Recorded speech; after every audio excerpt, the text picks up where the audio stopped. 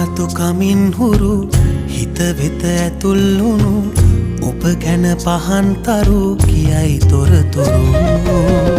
ගමනේ විඩානි වූ දුටුවන් වශී කෙරු ඔබ පිළිමයක් බඳු තනින් ඔබ දැමූ පොළොවේ පතුල් තැබූ රුසිරි නරඹා දැනුනේ තොටිල්ලකින් අලවන සේමා